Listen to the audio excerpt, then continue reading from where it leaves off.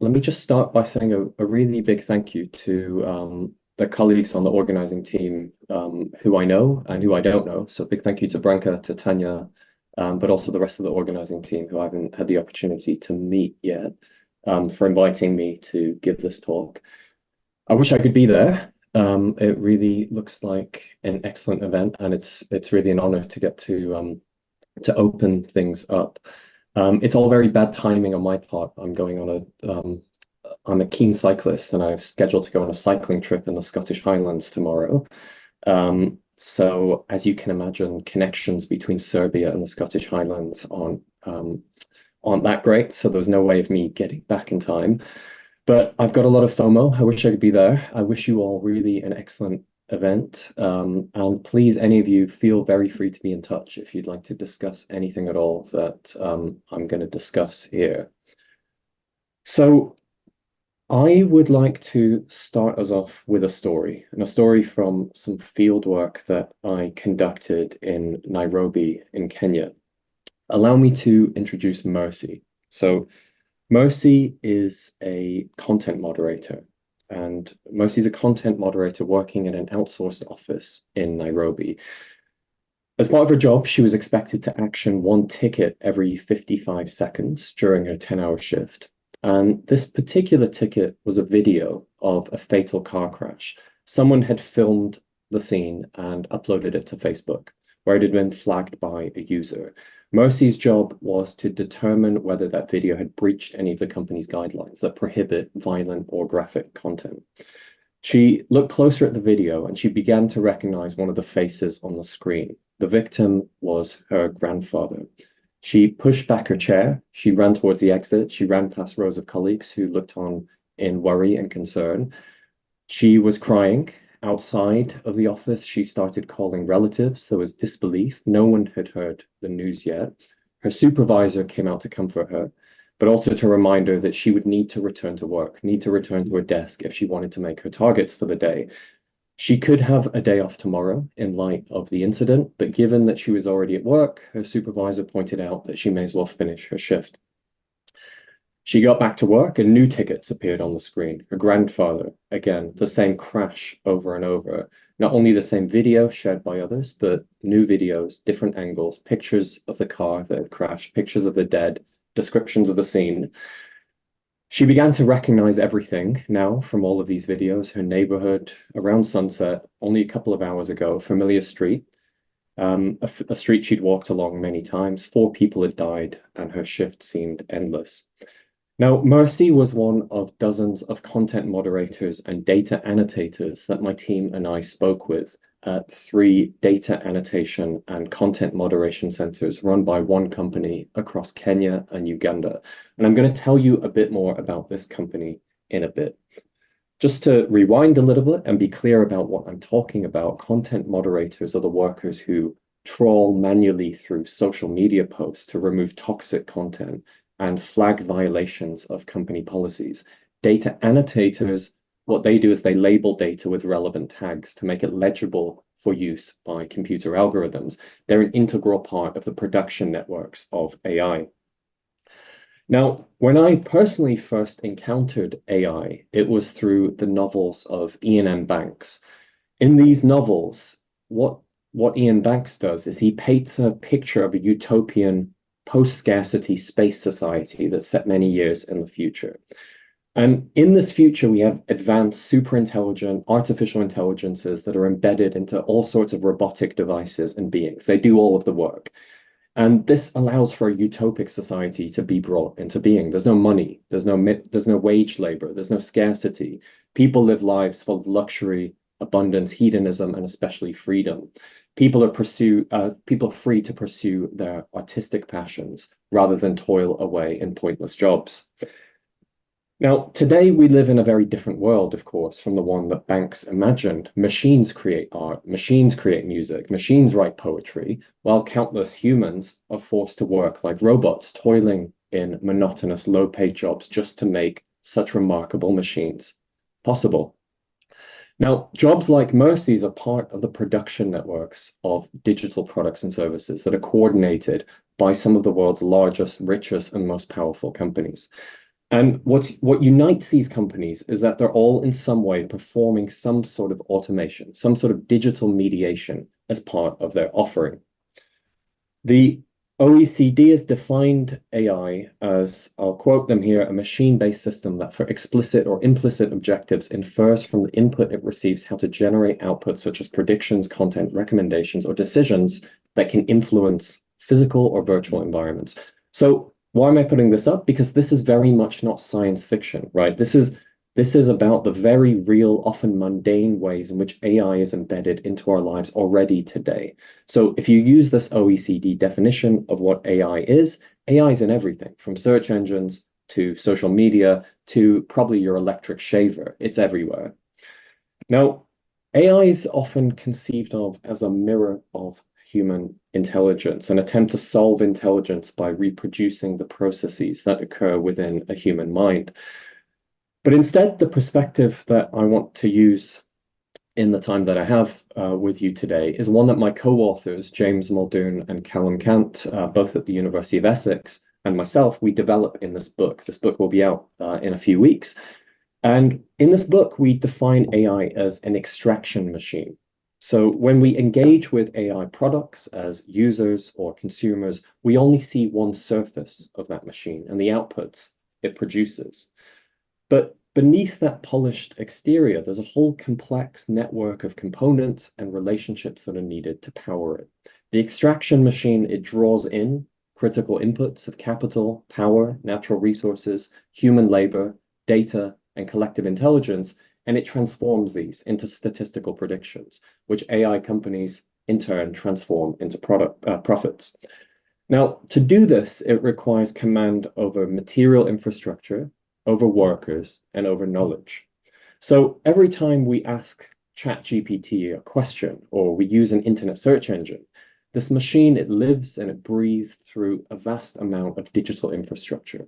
The infrastructure stretches from the interface that you're in front of into a globe-spanning network of fiber optic cables, into vast server farms, into vast data centers. In addition to these physical resources, the extraction machine lives off the human intelligence contained in its training datasets. AI captures the knowledge of human beings and encodes it into automatic processes through machine learning models. It's fundamentally derivative of its training data, and through that, it learns to undertake a whole range of activities, from driving a car to recognizing objects and producing natural language. And it relies on a project of collecting the history of human knowledge in enormous data sets consisting of billions of data points. And while many of those data sets are in the public domain, others contain copyrighted works that are taken without the author's consent. AI companies, they've undertaken a privatization of collective intelligence by enclosing these data sets and using proprietary software to create new outputs based on a manipulation of that data. So the extraction machine requires these intellectual resources as much as it requires the material ones.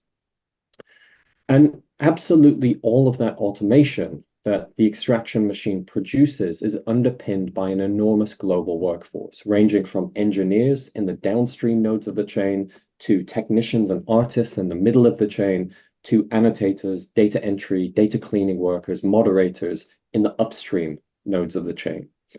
But many tech workers do what they can to hide the reality of how their products are actually made. They present this vision of a shining, autonomous, sleek machine, rather than the poorly paid and grueling human labor that both trains them and is managed by them.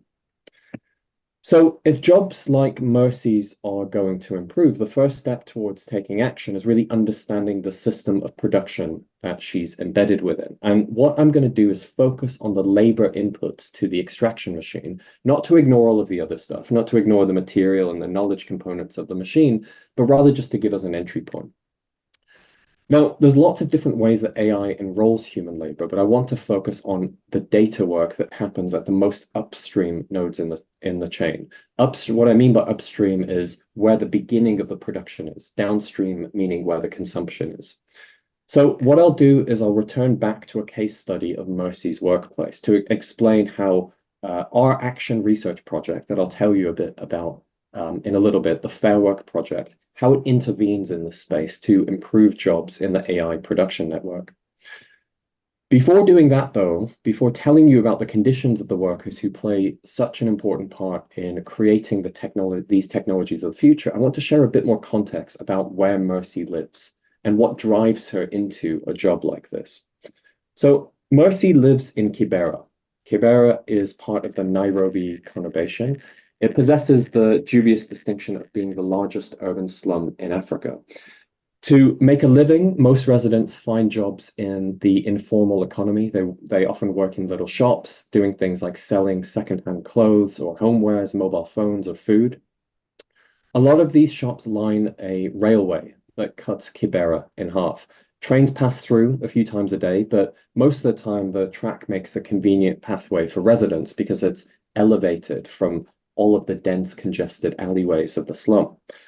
So when I visited Mercy at her home in Kibera, I spent some time walking along these train tracks. And as we stepped over the railway ties that were almost entirely submerged within the soil, we looked out over all of the makeshift housing in the slum. Buildings were made from dried mud, occasional slabs of concrete, wooden poles. You see corrugated iron roofs, corrugated iron sheets for roof. Very few of the residents there have indoor plumbing. The smell of open sewers is often overpowering. Life expectancy is very low there. Illiteracy is very high. And residents really struggle to break out of this cycle of poverty, despite the fact that you don't really get any trains stopping there. I think it's interesting to note that the histories of the slum and the railway that passes through it are really intricately interwoven. So Nairobi itself, it was established quite recently. It was established in 1899 as a refueling stop on the Uganda Railway. This was built by the British government. The British government financed it as part of their, at the time during the scramble for Africa. It was seen as an essential technology of connectivity that would prevent the expansion of other European powers into the region and create new economic activity in the region's interior. So as Nairobi's economy grew in the 1900s, a lot of migrants moved to the city in search of jobs. Many settled in Kibera to the south of the city. Businesses across Nairobi expanded as a result of this cheap labor provided by this surplus workforce. And the railway was really an integral technology that connected inland Africa with Imperial Britain because it allowed the products of those businesses to be exported to the empire. So the railway was ultimately a technology of extraction. It connected economic peripheries to the economic core, and it deepened inequalities in wealth and power. Now, today, along roughly the same route from the port of Mombasa into Nairobi, there's another technology of connectivity that has begun to transform the region's economy. In 2009, all of East Africa was really the last major populated part of our planet that was disconnected from the global grid of submarine fiber optic cables. That changed in 2009 when the first of many fiber optic cables was hauled into the port of Mombasa, not far from the terminus of the old Mombasa-Uganda Railway. And from there, the cables would then start to connect all of East Africa to the internet and allow information to be exchanged between the region and the rest of the world at light speed. So I started studying this topic 16 years ago. I went to Nairobi in 2009, right after the first of the cables landed, and I've been back there almost every year since then. And it was around this time that the Kenyan government set out a bold vision to create tens of thousands of jobs in the country's nascent business process outsourcing sector. The country had a low-wage English-speaking workforce who didn't have many other options in the formal economy. And they thought that this low-wage English-speaking workforce would power the sector and allow Kenyan businesses to compete with the likes of India and the Philippines for back-office work outsourced from the global north. So what my research was focused on was how Kenyans would be enrolled into global networks and what that would mean for these workers. Now, while the railway and the internet have transformed Kenya in fundamentally different ways, they share one key attribute. So in both cases, they enlist workers in places like Kibera, who have relatively few options, into global networks that transfer information, value, and wealth across continents. So After starting this research in Kenya, I expanded the scope of the research. I led teams that looked at business process outsourcing to Uganda, to Kenya, Rwanda, Ghana, Nigeria, Malaysia, Vietnam, and the Philippines. And from that work, I then started looking at how work is not just outsourced through business process outsourcing, through BPOs, but also through digital online platforms. So in the BPO model, you have firms employing workers, you have workers physically going into an office. In the platform model, you have this infrastructure of a remote work platform that creates the system in which clients from anywhere can find workers from anywhere. So in the decade and a half since I started doing this work, I ran these projects speaking to many, many hundreds of workers who find jobs through either one of those channels. And when we're thinking about data work jobs that are in the tech sector, that are part of these globe-spanning production networks, that are part of this planetary scale labor market, what characteristics do these jobs share? Well, there's a few. First of all, they're largely serving and servicing demand from the global north. They're largely outsourced. And remember, the elemental logic of outsourcing is to reduce costs. So these are business processes that are carved out from the core functions of the lead firm. They're digital, of course, so they're producing immaterial outputs that are easy to transmit over space, over geography. They require relatively little capital investment per job, so they're often performed in cubicles in large open plan offices. So the main cost to scale is simply another computer.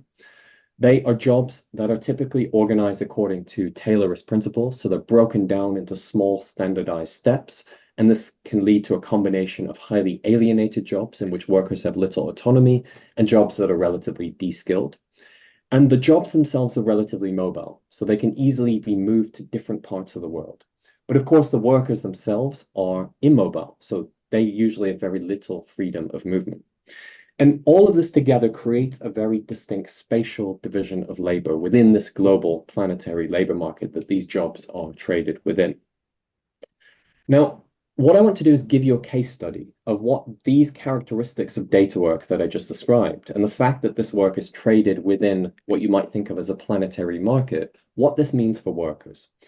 What I could do is give you many examples from my years of research on the topic, but what I'm instead going to do is just focus on one company. And that's a company that my colleagues and I studied most recently. This company is called Sama. And the reason I want to focus on Sama is because they build themselves as, and I quote them here, ethical AI. So through its ethical AI label, the firm claims to have developed an innovative model of impact sourcing, which aims to create positive social impact. The practice of impact sourcing was pioneered by Sama. Sama was founded in 2008 as a nonprofit with the mission of giving work to disadvantaged people who had difficulty accessing the traditional employment market, people like the people who live in a slum like Kibera. And Sama has since transitioned to become a for-profit company, but it still claims to be a social enterprise and a mission-driven company that believes in providing dignified work, paying workers living wages, and helping to reduce poverty and empower women. So in their own words, and I quote them here, Sama is driving an ethical AI supply chain that meaningfully improves employment and income outcomes for those with the greatest barriers to work. So if you look at their website, you'll see the phrase give work, not aid in bold letters. And if you only knew the company from its website, you would indeed have a vision of a firm that is truly a force for good in the world. So Sama is embedded in the production networks of some of the world's most valuable companies. At the time of research, they employed both data annotation and content moderation workers. So as I mentioned earlier, what the annotation workers do is they help to train AI. They get unstructured information like a photograph of a street, and then they annotate it. So they'll tell the machine, this is a car, this is a person, this is a lamp pole, and so on. And eventually, with enough millions and millions of human annotations, the machine, the algorithm, the AI can start to learn how to do these classifications itself. Now, Sama claims to have worked with 25% of Fortune 500 companies, including Google, Walmart, Ford, Microsoft, eBay. And basically all companies with AI products, they require their data annotated in this sort of way. And the cost and the labor-intensive nature of this process, it means that a lot of these tasks are outsourced to external providers. Google, say, doesn't want to hire Google employees to do this sort of work. They want to ship it off to another company. And this labor is often swept under the rug in AI companies' PR campaigns. So if you look at an Apple launch event, for instance, you don't exactly hear Apple talking about the click workers training Siri when they do a big product reveal. Um, Now, my team and I started studying SAMR as part of the Fair Work project. What we do in the Fair Work project is we approach companies, we tell them we're going to score them against benchmarks or principles of fair work. We give them a score out of 10, and then we use that score to try to encourage companies to introduce better pay and conditions for workers. Companies don't want a bad score, and they especially don't want a bad score where we can show that competitors get a better score. We've been doing this for 5 years in 39 countries, and a big shout out to our amazing colleagues in Serbia who we worked with as part of this. And what we've done is we've scored gig economy companies in sectors like food delivery, ride hail, cleaning, care work. And we've also scored companies who run online remote work, cloud work platforms. Now, even though the business process outsourcing, the AI sector, this is the domain of work that I've been studying the longest in a way. We haven't yet introduced the scoring concept there. So what we did with SAMR was we piloted a scoring initiative for companies that work in these sorts of upstream data work, data annotation, and content moderation services for the AI industry. What did we benchmark them against? Well, the principles that we used as benchmarks emerged from some initial tripartite dialogue that we facilitated at the International Labour Organization, the ILO, 5 years ago.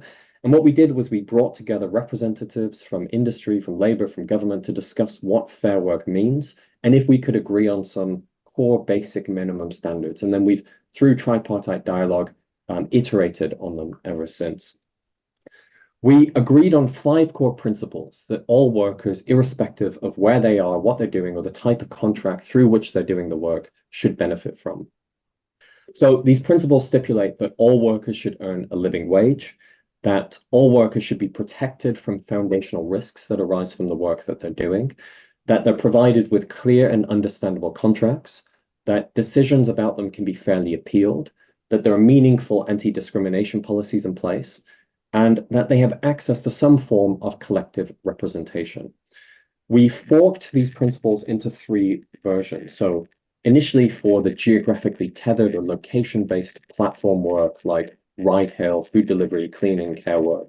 Second, for cloud work or online remote work platforms, so work that can be done from anywhere. Because that work can be done from anywhere, it needs slightly different principles. And then third, and most recently, for the BPO sector, for the business process outsourcing work that's done upstream in the AI production network. So in the case of SAMR, of course, we're using this most recent set of principles, the BPO principles.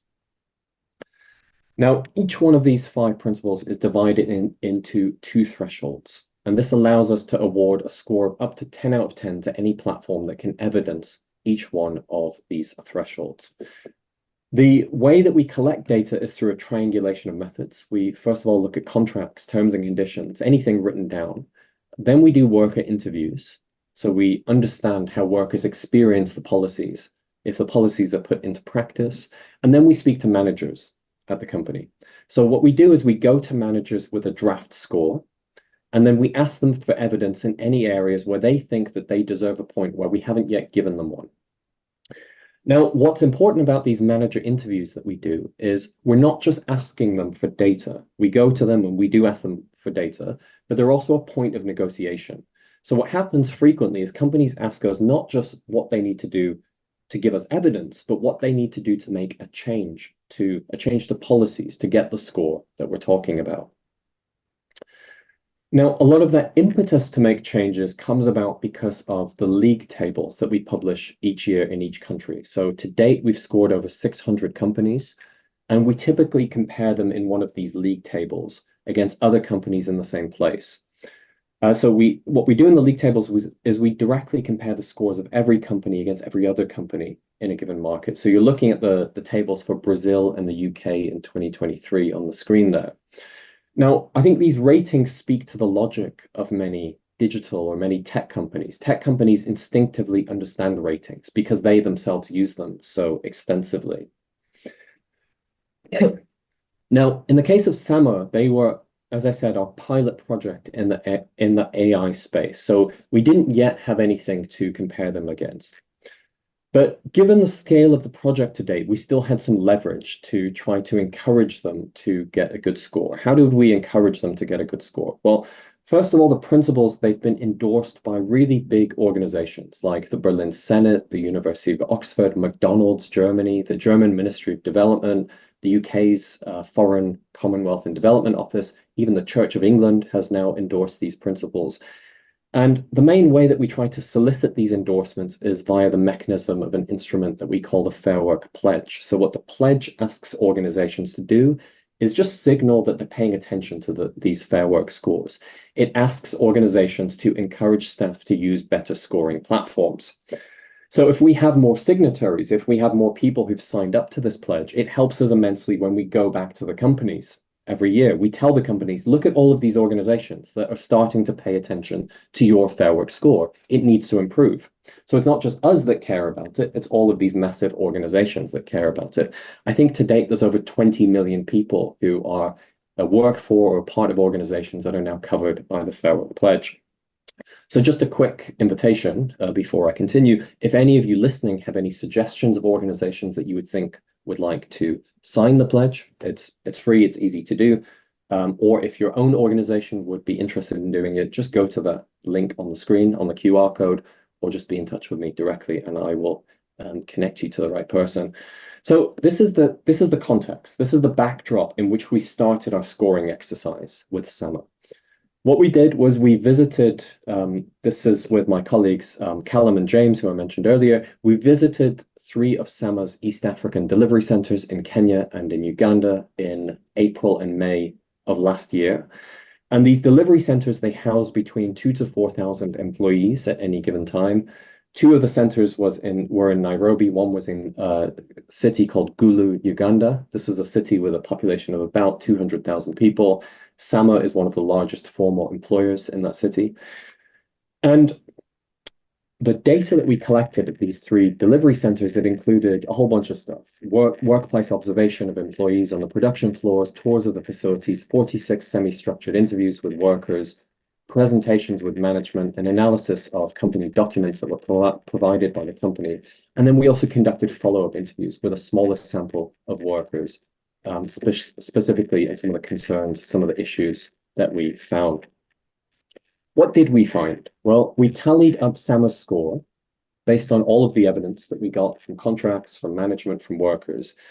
And we presented them with their scorecard. And you see their scorecard on the screen for this ethical AI company. It was a 0 out of 10. But rather than making this public, rather than going live with this, we gave the company a couple of months to make changes, to improve their score. So what I'm going to do is just go through each of the 5 principles. I want to tell you what we found, but also share information about the sorts of changes that the company made to improve their score. First of all, fair pay. So what we ask for in fair pay is that companies take appropriate steps to ensure that workers are paid at least the local minimum wage. We also ask that workers are paid on time and in full. And then the higher threshold asks that workers also earn a living wage. So why didn't SAMA get this point? Well, our fieldwork highlighted that non-voluntary unpaid overtime was really a major issue for workers. In order to meet targets, some workers had to stay on at the end of their shift. Some had to conduct extra shifts at weekends, unpaid. One worker noted that they worked as much as 60 hours or more per week. Why are they working so much? Well, it's a really intense job. So they have 2 official breaks. They have 20 minutes in the morning. They have 40 minutes at lunch. A lot of that time is just spent either going to the bathroom or queuing in the canteen. Their time is very closely monitored. There's no chance for things like catch-up chats. A morning tea is really the only time to socialize. The rest of the day is constant click, click, click on the production floor. So to give you one example of what I'm talking about, we spoke to one worker, let's call her Anita, on a project for autonomous for an autonomous vehicle company. Her job is to review hour after hour footage of drivers at the wheel. So she's looking for any visual evidence of a lapse in concentration or something resembling a sleep state based on the driver's facial expression and eye movements. She has to sit at the computer and concentrate on this footage for hours at a time. And as you can imagine, it's quite draining. So sometimes Anita, she herself feels the boredom as a physical force, pushing her down in her chair, closing her own eyelids. But she, of course, has to stay alert, just like the drivers on her screen. When you talk to Anita about her work, she's proud of the job that she does. She knows that she's advancing a cutting-edge technology that she believes will help people. And sometimes she uses that feeling to keep herself going when she feels fatigue. She uses it to keep herself motivated. She works in this constant whirlwind of clicking and dragging. So she has to maintain a really rapid pace to stay on top of her daily target to make sure that her name is displayed in green on her supervisor's screen. If her name turns red on the supervisor's screen due to a drop in her numbers, she might have to work unpaid overtime until she hits her performance targets for the day. Now, on the production floor, there are hundreds of data annotators sitting in silence, lined up at rows of desks. If anyone's been to a call center, you would be familiar with the system of management. The workers' screens flicker with the constant stream of images and videos that require annotation. Now, at the beginning of a project, a team leader establishes performance targets for their team, depending on the difficulty of the tasks. They initially test workers to establish how quickly tasks can be completed. And once a testing phase is finished, they set performance targets to a level that the slowest 10 or 15% of workers will fail to achieve. So everyone needs to keep on their toes to complete. So the issue is these targets aren't static. As workers become more efficient, managers intensify the work, they raise targets to increase the BPO firm's profit margins on the project. And if workers fail to meet their daily target, they will be threatened with staying late to work unpaid overtime. If they fall far enough behind the week, then they might also be told to report for an unpaid shift on the weekend. And this was not uncommon. So workers need to meet these targets related to both speed and quality, which obviously are at odds from one another. Team leaders care about hitting the numbers and ensuring that every member of their team is delivering at pace. But at the same time, these annotators, they need to answer to separate quality control supervisors who expect that all tasks are completed to at least 95% accuracy or even higher on some projects. Now, in addition to speed and accuracy, annotators need to keep an eye on their efficiency score by not taking more than an hour of break time during their 10-hour shift. Outside of declared break time, they're meant to work every single second. So as soon as they stop annotating, their efficiency percentage starts to drop. If workers record a low efficiency score, then their managers can use screen monitoring software to check what they're up to. Every second of work is a bargain between how much effort the annotator can make and how low they're willing to let their numbers drop. Now, none of these annotators can rely on the security of a permanent employment agreement either. They mostly work on short-term work contracts of a month or two, and they live in constant fear that if they fail to meet their targets, their contracts won't be renewed. Because of the nature of the annotation work, contracts from clients can come and go, and this can lead to massive expansions and contractions of the workforce. Once a large client's project is over, the BPO firm will put its newly unemployed workers, they call this putting workers on the bench. So essentially a waiting list for potential future reemployment that gets activated when the company scales up again. And the labor market in Nairobi and the labor market in Gulu in Uganda, it's so bad that most people on the bench have to scrape by in some kind of informal job like I described earlier, and they'd really leap at the chance to work for the BPO again. In Nairobi, a lot of the workers go back to Kibera and they try to work in the informal economy. So with workers for families to support, that's quite a horrible prospect. So what did SAMA do when we gave them this 0 out of 10? So to address the issue of unpaid overtime, SAMA made the following changes. First of all, they updated the overtime policy to include the concept of time off in lieu. The policy specifies that management will be disciplined if they don't follow the policy, and it creates a route for workers to report failures to adhere to it. So basically, they made sure that they were really banning unpaid overtime, that all time worked by workers should be paid for. They introduced training sessions on the updated overtime policy. They established a system to monitor working hours and identify violations of the overtime policy. Again, just making sure that it was translated from top management to middle management. And they adapted incentive structures to make sure that workers are not rewarded for overworking. And because we also use the living wage as our threshold for awarding this fair pay point, they made two additional changes. So we noted that they weren't currently paying a living wage. They increased the worker salaries before incentives, before bonuses, to the level of the anchor determined living wage recommendation. And they made a commitment to not pay any single employee a base salary below the anchor determined living wage going forwards. So based on those changes, we give them full points on fair pay. But this, of course, doesn't address all of the issues that I just flagged. So let me bring some of them back in some of the other principles. How did they fare on fair conditions?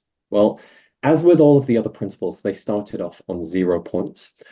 What we ask for in this principle is the following. We ask that companies that show that they're aware of work-related risks like strain, exhaustion, exposure to traumatic content, show that workers have a right to protection from those risks and that the companies take steps to mitigate them.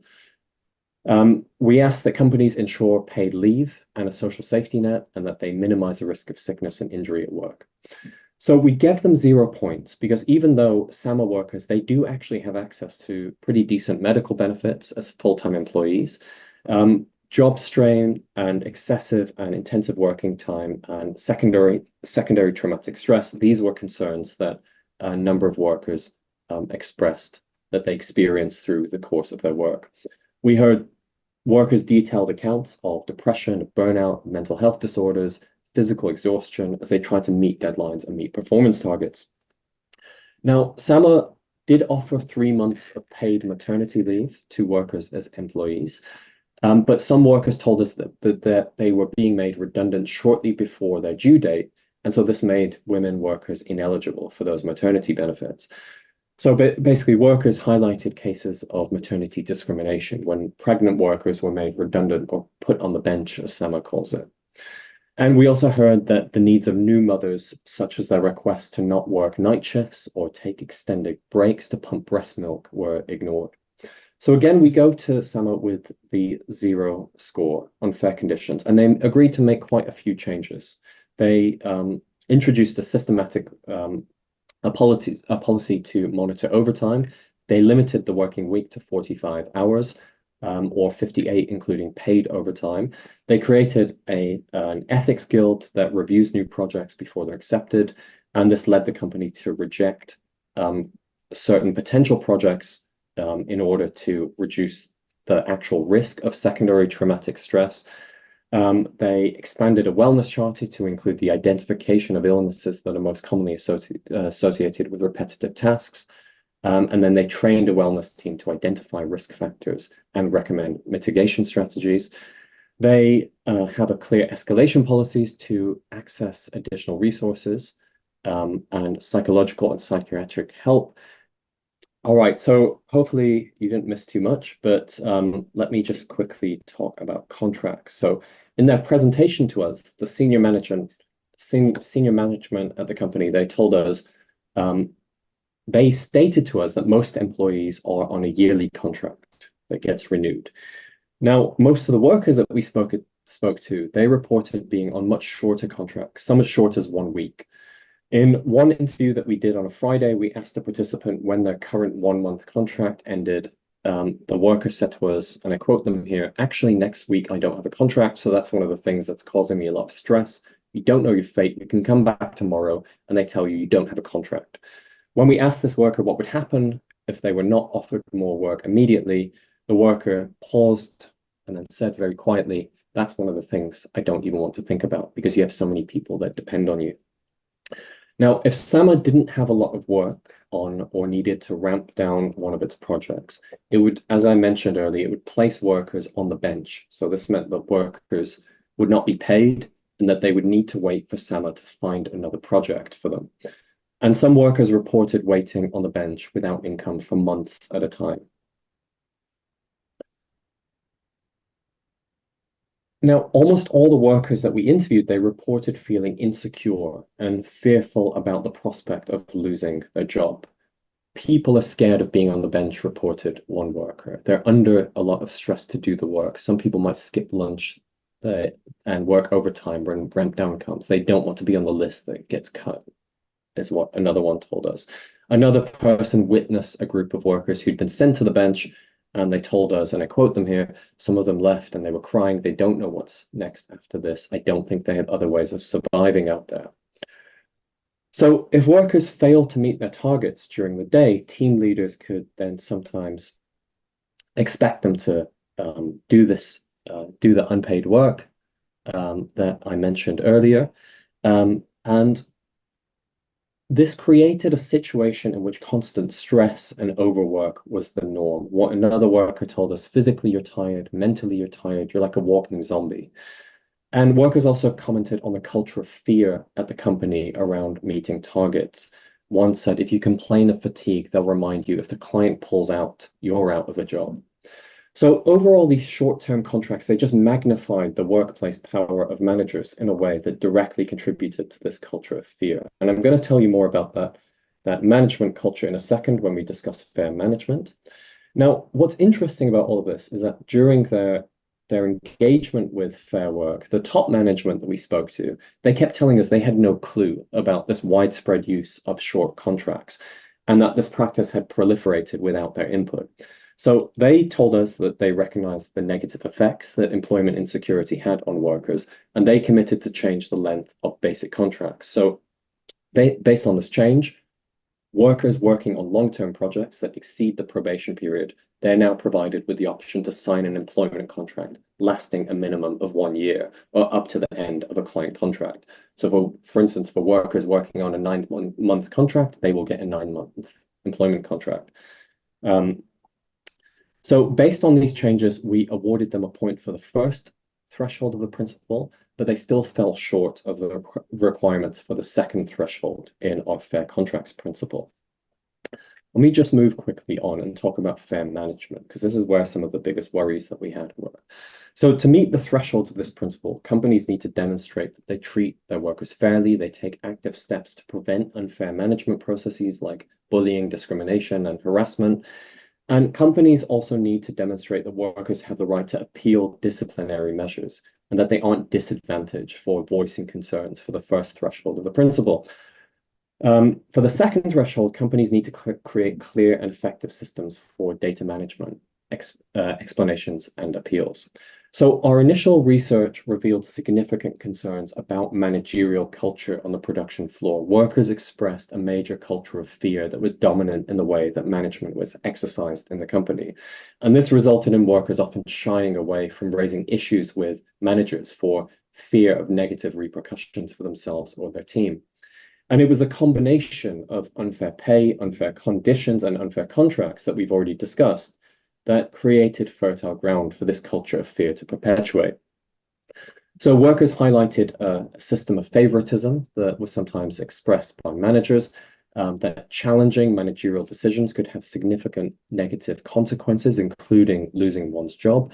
Workers indicated that managers didn't refrain from resorting to bullying to achieve organizational effectiveness. So after receiving our findings, SAMA recognized that the managerial culture needed really significant changes. Here's some of the things that they did. They initiated a zero tolerance culture campaign for anti-bullying and harassment. They implemented a monitoring policy to review the results of that that was monitored via anonymous surveys.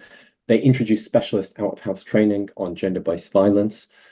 Now, given that all of these things will take some time to resolve, we didn't think this was good enough. So none of this is a quick fix. And so we did not award them a point for the fair management principle, despite them making these changes. So we continue to give them a 0 on this principle. And then finally, and very quickly, fair representation. So to meet this principle, companies have to assure freedom of association and the expression of worker voice. SAMA told us that they are supportive of workers' freedom of association, and they told us that Kenyan and Ugandan labor law applies restrictions on what employers can say regarding unionization. SAMA tells us that these restrictions limit them from going further than they already have. They made some changes in response to our suggestions, but we don't feel that's good enough. We don't feel that they're doing enough to evidence the assurance of freedom of association and expression of worker voice. And so they also end up with 0 points here. Now, to return to the analogy of the extraction machine that I started with, what does the story of SAMA tell us? What does this case study tell us? Well, the planetary labor market that companies like SAMA compete in which work can be shifted at a moment's notice anywhere in the world, it creates huge competitive pressures and huge disadvantages for those on the periphery. If working conditions at a self-reported ethical BPO could have been this horrible, this dismal, this has implications for job quality across the sector. SAMA is not an outlier, and if anything, they offer slightly better conditions than comparable BPOs that do not market themselves as an ethical alternatives. So how can you then possibly rewire this machine when there are such powerful structural systemic forces that bake extraction in as a core feature of how the system works? Well, the only way that we can do that is with pressure from three directions. Foundationally, of course, the only way to do this is by building collective power, because history teaches us that the only people who are going to look out for the interests of workers are workers. In the context of a planetary labor market, the only real way of building that collective power is for workers to think, to strategize, to organize at the same scale at which the production networks into which they're enrolled are operating. So workers will always be at a disadvantage if their bosses are strategizing at a planetary scale and they are only organizing at a local scale. Now, that's not an easy task, but it's something that we can discuss in the time for questions if there's interest in thinking through what that actually means. Second, what we've already talked about with the Fair Work Project, strategies that demand accountability. And those strategies are underpinned by broad consumer pressure. So initiatives like the Fair Work Pledge or ESG frameworks that firms have to at least give lip service to. Now, so-called ethical AI firms like SAMA, they can also be subject to a particular kind of counter pressure in the direction of fairer work. So the leverage that we've had at Fair Work has to date had pretty significant impacts. SAMA is not the only company that's responded to our research with pro-worker changes. We've gotten companies around the world to make now 300 policy changes. These 300 policy changes by companies around the world have improved the jobs of millions of workers. But the problem is that an initiative like Fair Work alone, it doesn't create structural change. It doesn't rewire the extraction machine. Consumer pressure that is neither grounded in the embodied collective power of workers nor the institutionalized power of regulation, it's always going to be ephemeral. It has no inherent stickiness. It has no inherent staying power. So by itself, this strategy just isn't sufficient to rebalance power in the production network. But as part of a broader suite of efforts to raise standards, to improve wages, to make the production of AI more fair, I think applying pressure on large firms to change can be an effective strategy. And then third, government intervention, of course. Without statutory regulation on the books, companies will always be tempted to push back at attempts to curtail their power. Now, the first issue for creating effective legislation involves thinking more carefully about jurisdiction. As much as tech firms might like to present themselves as located in the cloud, they're always based in real-world jurisdictions, always subject to their laws. So by considering the geography of production networks, we can think about the role that laws in different jurisdictions might play in shaping outcomes. And I think to do that, we need to think about two geographies of regulation, upstream regulation and downstream regulation. So upstream regulation, this means regulation in places like Kenya or Uganda, but here we have the same wicked problems that workers face. The planetary labor market for annotation, for moderation, for other BPO jobs, it really fuels a race to the bottom. It ties the hands of policymakers who try to institute any truly transformative changes in the sector that might benefit workers. You raise conditions in the Philippines, those jobs are just going to go to Kenya. You raise conditions in Kenya, those jobs are going to go to Ghana, and so on. So attempts at downstream regulation, they offer an entirely different proposition. So as global and as footloose as a production network might be, downstream regulation tackles the problem at a relatively static geography. So while production can move from the Philippines to India or from South Africa to Kenya, the world's largest markets, they're not going anywhere. A car firm will always want to sell their vehicles in France or Germany. A social media firm is always going to want user engagement in the US. And that simple fact gives policymakers in those countries a potentially outsized role in setting standards. So when thinking about globe-spanning production networks, it might initially seem unrealistic that a law enacted in one country might somehow affect conditions of workers around the world, but there is already a range of regulations on the books in a few countries that attempt to do that. So as you saw on this last slide, in 2023, the German supply chain law came into force. And this law stipulates that all companies based in Germany with over 1,000 employees need to ensure a range of minimum standards throughout their supply chain. So, in other words, just by engaging with suppliers, those German companies have a legal responsibility to make them comply with the standards that are set out in the law and to perform risk assessments to ensure compliance. What this does is it represents a significant reframing of the responsibility of lead firms throughout their production networks. Lead firms, they can't just absolve themselves of responsibility for the conditions of workers on the other side of the world anymore. So the supply chain law recognizes that by coordinating a chain, a lead firm needs to not just ensure that products and services get produced to technical or operational specifications, but also to ethical ones. Now, a number of other OECD countries, they've also implemented supply chain laws that work on improving business conduct. I think I'm standing in between you and your cocktail, so I won't go into details on these. But I just want to zoom back to where we started. So go back to the complex global production networks of AI. Now, what we see is that the structure of these networks connects workers and it rigs the system to create winners and to create losers before this game has even started. So a Kenyan content moderator, they have no way of extracting any meaningful amount of value or concessions out of the system. They have no way to break this cycle of extraction. So in a world where there are really enormous inequalities in knowledge, and resources, and capabilities, connectivity can be used to bring ever more of the world into this extraction machine.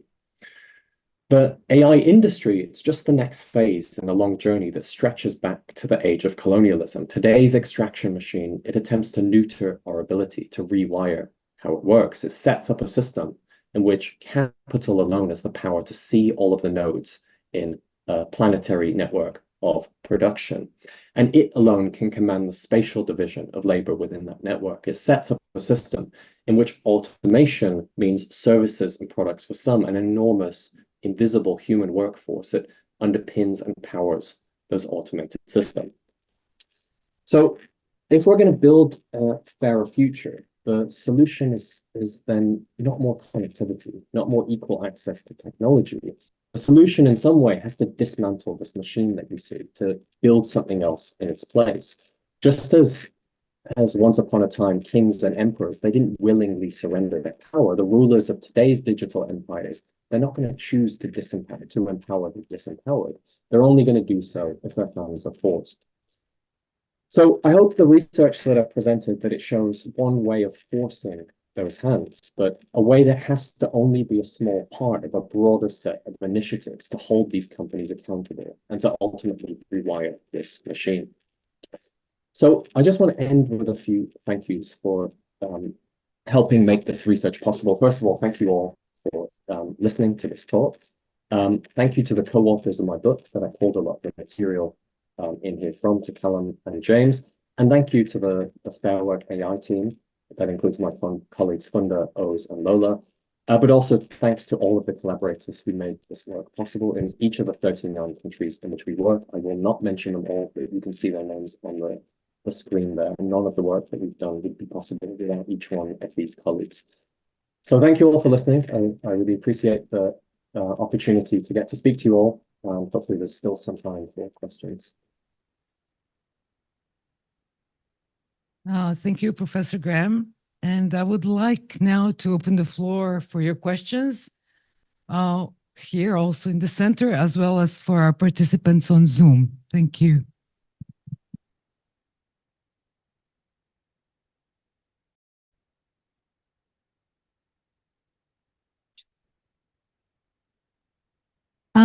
Thank you, Mr. Graham, Professor Graham. It was really very, very nice and excellent presentation. I have a question regarding the approach you took, this global approach versus differences across the countries. If we, for example, approach from the jobs perspective, I think the starting point in every country towards this kind of jobs are very different. I mean, if you take a worker in the UK versus a worker in Egypt versus another worker in Nairobi, would be completely, I think the perceptions would have been completely different. I think it is still the case because when there is no skilled jobs and almost close to 100% of jobs are informal in a given economy, you would have approached maybe differently. So my question here to you is how to deal with the differences of labor markets and skills pools across the countries, because you presented everything at a, everything is at the equal value across the global, but this is not the case generally. So how do you approach these differences across the countries, differences of opportunities for jobs, for skills development and everything? It's easy to criticize about the bad jobs, even on the platform economy, but we need to see this from the perceptions of the people in each and every country. Well, thanks for the question. I think that's something that we've grappled with since the beginning of the project, since we founded it. There's always been this tension, right? Between saying we want universal principles that all workers deserve decent jobs, and of course, some of the geographic specificities that you're referring to. As you very rightly point out, a worker in Nairobi is going to be much more inclined to do a job like the one I presented than a worker in Switzerland, right? Because of the opportunities or the lack of opportunities that they have in their local labor market. So we fully acknowledge that. Now, the way that we set our principles up, so the principles, of course, are the benchmarks that we evaluate every company against. The way that we set the principles up is that we maintain that these are and should always be universal principles that all human beings who do work deserve. And so, we maintain that all work should be dignified, right? All workers should earn a living wage. All workers should be able to support themselves based on the income that they provide. All workers should be protected from foundational risks in the jobs that they're doing. All workers should not be subject to discrimination and so on and so forth. So what we're not going to claim is, okay, it's fine if workers in Nairobi can be discriminated against, but it's not fine if workers in Switzerland can be discriminated against. We don't agree with that. All workers should have these basic minimum standards. But of course, the labor markets differ and the geographic contexts differ. And so what we don't claim in the principles is that, so if you look at our fair pay point, for instance, we're not saying all workers should be paid equally, because there's the living wage that we use in Nairobi will be different than the living wage in Serbia and everywhere else.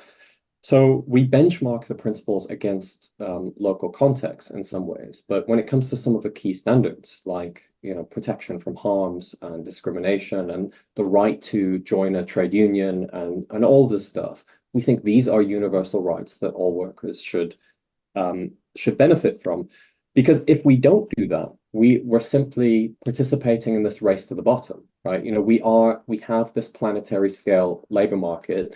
These jobs are very footloose. These jobs will go to places with cheaper labor costs and workers who demand fewer rights. So that's why we need floors, right? We need to say all workers should have at least these minimum standards. And that's kind of what I was trying to get at when talking about upstream regulation versus downstream regulation. I remember about 10 years ago, I was in the office of a government minister in the Philippines talking about the BPO sector there and talking about what they're doing to raise standards in the call center sector. And the minister very blatantly said, look, there's a limit to what we can do. We know the jobs are coming here because we offer cheap wages, right? Once we start raising wages in the sector, those jobs are just, they'll disappear like that. So there's a limit to what can be done at this upstream level. And that's why I think it's really important to start thinking about what can be done at the downstream level through things like the supply chain laws that are being both enacted and talked about at the site of consumption, but also to be able to pressure. So that's at the regulatory level, but also to start pressuring some of the lead firms, because that's kind of what we're starting to do in the Fair Work project, is not just scoring the likes of SAMA, because that has limited utility, but using that score to go to their clients, the Googles, the OpenAIs, the Microsofts, and saying, look, we're putting some of this responsibility on you. You have the ability to set conditions up through the supply chain. These firms that you're dealing with, they're just competing in this planetary market, and they have to compete on cost and conditions. But you, the lead firm, you're the one who's able to set the terms of engagement.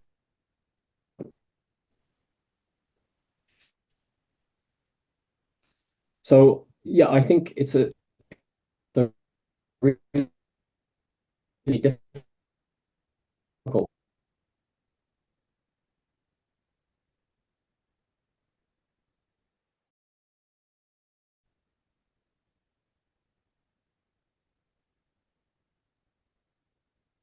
dignified jobs with these basic minimum standards that we outline in the Fair Work principles. Thank you, Professor. One other question for you here. Okay, thank you, Professor, for your presentation. My question is, we knew that when you increasing costs for your production, but when you applying minimum standards, then you decreasing your cost. I would interesting, do you have a such correlation which is implementing more standards and which is meeting with minimum standard, how it has impact to the competitiveness between these employers, how it has impact. We know more standards also is bring to the increase in the quality, but how it's ensure the competitiveness of this? Yes. Because most of time employers is interesting to have cheaper price and to be competitive in the market. I think that's an interesting question. I think the context behind a lot of this work is, first of all, there's a lot of opacity in the sector, right? So there's often really not transparency within supply chains or within production networks, and so you might get companies outsourcing to companies who outsource to companies who outsource to platforms who outsource to companies. There's often quite complex production networks with some of this work. Sometimes it's simple, where a company contracts with a supplier and they tell them exactly what they need. Other times it's way more opaque than that. But I think with some of the stuff that we're talking about, there is a tension between you improve some of these standards and it will increase costs, right? Things like what SAMA did when we asked them to pay a living wage. That's obviously increasing a cost to them. That's a direct cost that we're adding to them. On other things, it probably is improving efficiency, because there's just things like having proper due process, stopping bullying, stopping harassment. This is good for the firm as well as for the worker, right? No firm wants that. It's simply that this information, because of the company structures, hasn't filtered up to the top management. It stays at the middle management level. So I think that kind of thing is improving efficiency. But I think ultimately where we can make the value proposition argument is again to the lead firms in the supply chain, right? So the firms that are the consumer-facing ones on the supply chain, the Apples, the Microsofts, the Googles, and so on, they ultimately don't want the reputation risk. So when I was doing this fieldwork in Kenya, there were some really prominent news stories, some of you may have seen this, about the content moderation workers in Kenya. And this was all pinned on Facebook because they were doing content moderation for Facebook. Now, Facebook don't employ them. Facebook just contract with SAMA, who employs them. But Facebook got a lot of that reputational hit, right? So there was a problem for Facebook, this cost Facebook. So if you think about it this way, there's a direct incentive for these lead consumer-facing companies to ensure that they don't have these reputational liabilities in the future. It's not worth it to them. Like, just they can, if they want to, ensure that there are more minimum standards embedded in their supplier agreements with their suppliers that can prevent some of these issues from surfacing. Because ultimately, when these issues come to light, no one's going to blame some obscure business process outsourcing company in Kenya or India, the Philippines that you've never heard of. They're going to blame the company that's producing the service or the product that consumers are using. So I think that's where we make the value proposition to companies by saying, look, it might cost you a bit more, it might improve efficiency, it might be inefficient to set some of these things up in the beginning, but ultimately it's going to save you a lot of time in the long run to not have to deal with these sorts of scandals that will inevitably come out if workers are continued to be treated this way. Thank you, Professor. We'll now go to our Zoom participant, Farhan, who wanted to pose a question to you and then return to the hall here. Yes. Thank you for this opportunity. And Professor Graham, it was wonderful to hear from you. My research is also on the same topic, and I was in Nairobi for the last 5 months doing fieldwork on the same topic. And in my observation, besides some the other companies that are in the BPO sector, like Andela, Hewani, and many other firms that are much smaller, people who have worked there, they see a trend that contracts are becoming shorter, employment with these companies is becoming more precarious, benefits are diminishing because the industry is seeing a slowdown. So there is more competition for clients within these companies. And in the end, it's the labor that takes the hit. Beside, mobility is another issue. For example, even from Kibera to Sama's office, public transport can take 2 to 3 hours. So a lot of people are moving towards platforms. But at the same time, I wanted to ask, what's your perspective on the relationship between platform work and BPO, whether you see these BPO firms moving closer to becoming similar to digital labor platforms in their behavior and treatment of workers, and what this means for accountability towards labor? Yeah, I think that's a really interesting question. I think there's always going to be the need for what you might think of as a more traditional BPO model, because what ends up happening is a lot of clients do not trust the platform model, right? So if you're doing stuff like annotating medical data, you're not going to put that on the platform. If you're annotating any sort of sensitive data, you're not going to put that on a platform. You want secure facilities. Every single BPO I've ever been to has pretty tight security systems, right? They've got guards, they've got barriers, they've got really strict rules about not taking phones in, taking photos in there. They've got cameras everywhere. These are really high security facilities because these demands come from the clients to not have data leakage. You put that data on a platform, you can't control it anymore. So I think there's always going to be a need for that. Now, for the less secure stuff, I've seen much less secure stuff done in BPOs as well. And you think, well, this could also in theory be done from a platform. Like I've seen workers, I think it was in Uganda, just annotating Australian newspaper shopping magazines, just structuring unstructured data that doesn't need to be done at a BPO, that could be done on a platform. And I think it still remains to be seen. Sometimes I think these firms are just going to a BPO because it's easier, because you have the whole range of middle management that ensure compliance and that KPIs are met and whatnot.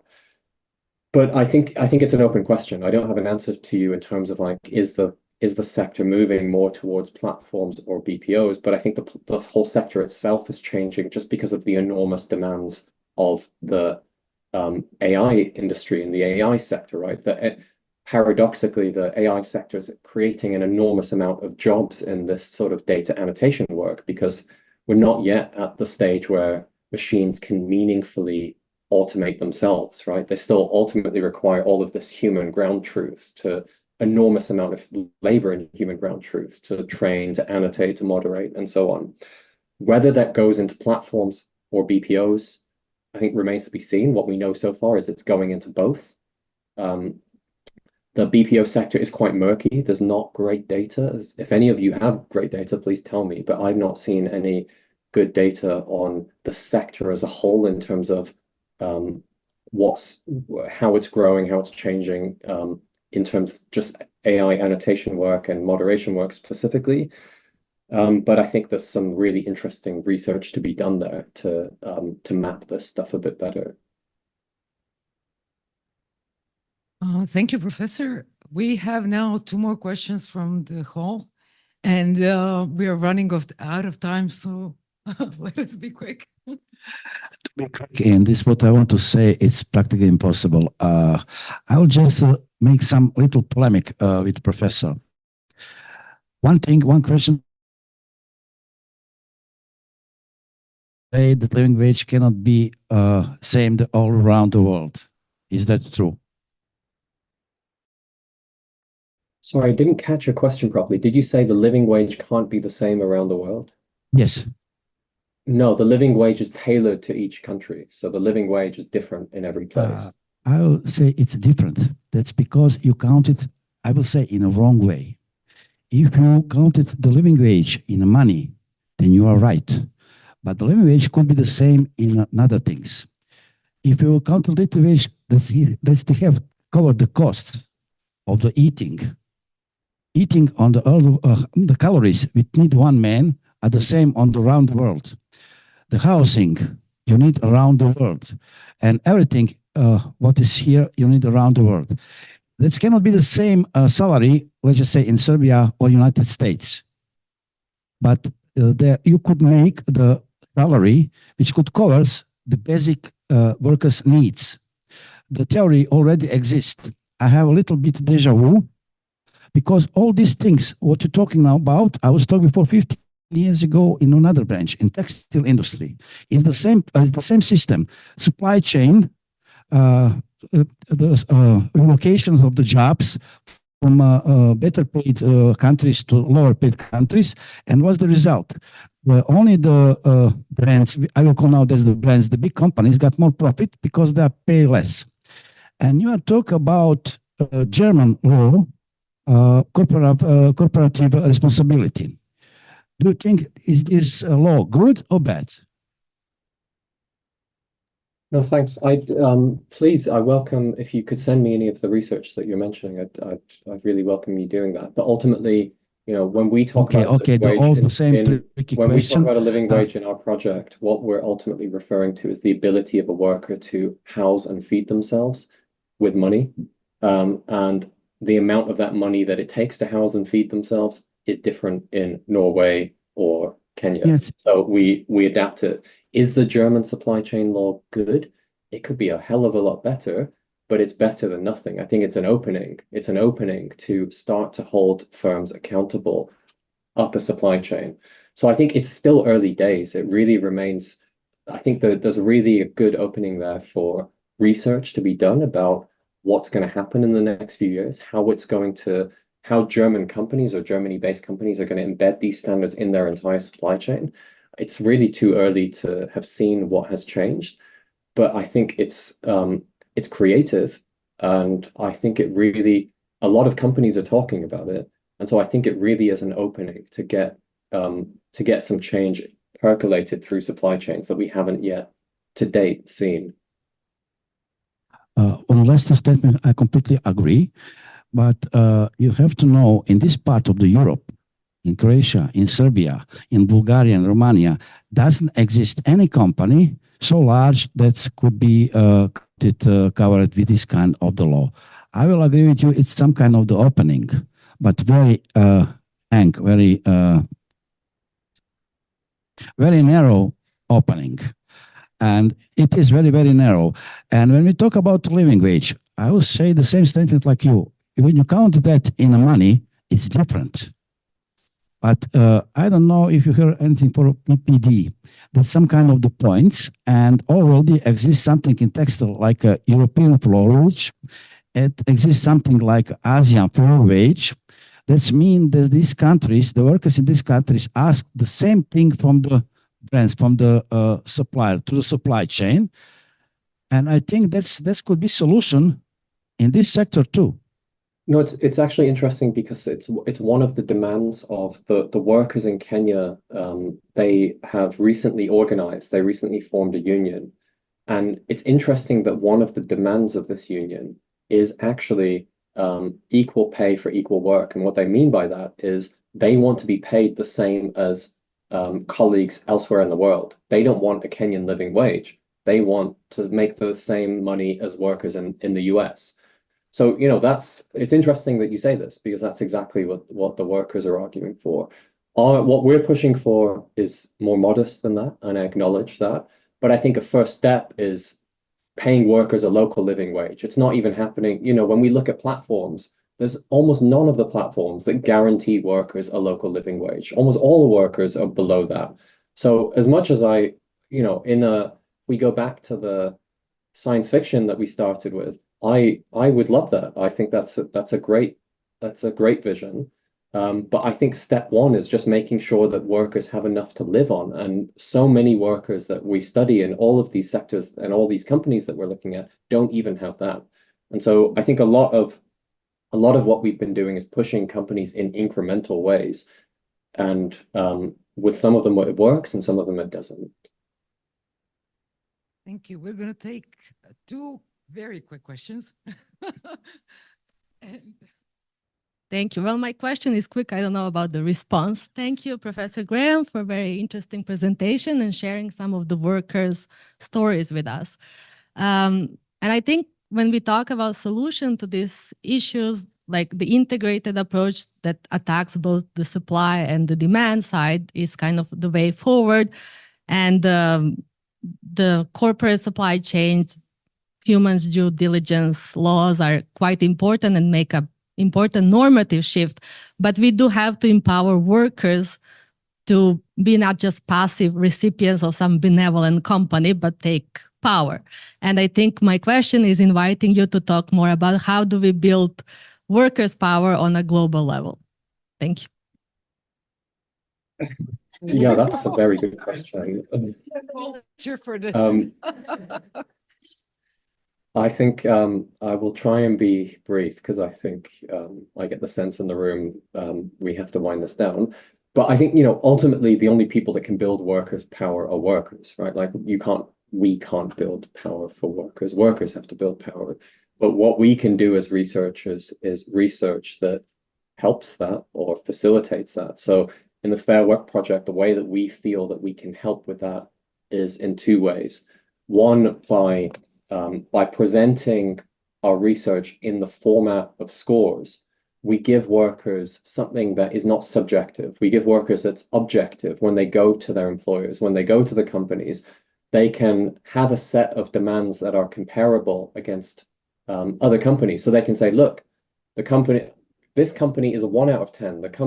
Your competitors are a 5 out of 10. So what's stopping you from doing this or doing that or doing the other thing? So we give workers a set of objective benchmarks that they can use. And lots of unions around the world have used our scores in this way. And they tell us that they're using our scores this way. And they tell us that it's useful to them. The other way that we do it, of course, is one of our core principles is fair representation. That's the fifth of the 5 fair work principles. So we say to companies, this is unfair work unless you agree to negotiate with not just workers as individuals, but with workers as collectives. There has to be some sort of collective voice. There has to be some sort of collective representation.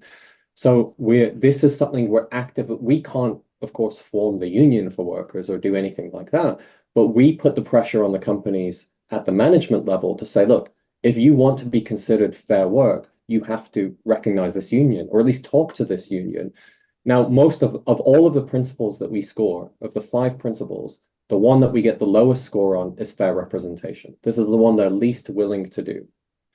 There even more companies are willing to improve wages to when we go to them and we say, look, you're not paying even the minimum wage or living wage, more of them are willing to have an actual cost hit than they are to make changes to get the fair representation score.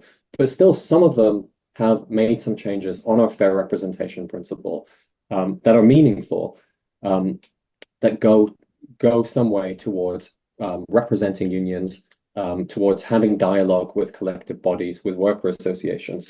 And it's all a long journey, right? Like this, none of us can click our fingers and make this happen. I think the harder thing is what you're talking about with regards to global organizing. I think to go back to the previous gentleman's comment about the textile industry, I think there's some really interesting learnings to be had from the ways that workers are organizing in the textile industry across the supply chain. So there's organizations that have been developed that link workers in different parts of supply chains together to have a consistent set of demands, to have a unified set of demands. There's also examples of this in the tech industry, even with like the Tech Workers Coalition is trying to do this, to sort of organize across a whole industry rather than just in one place or in one part of the chain.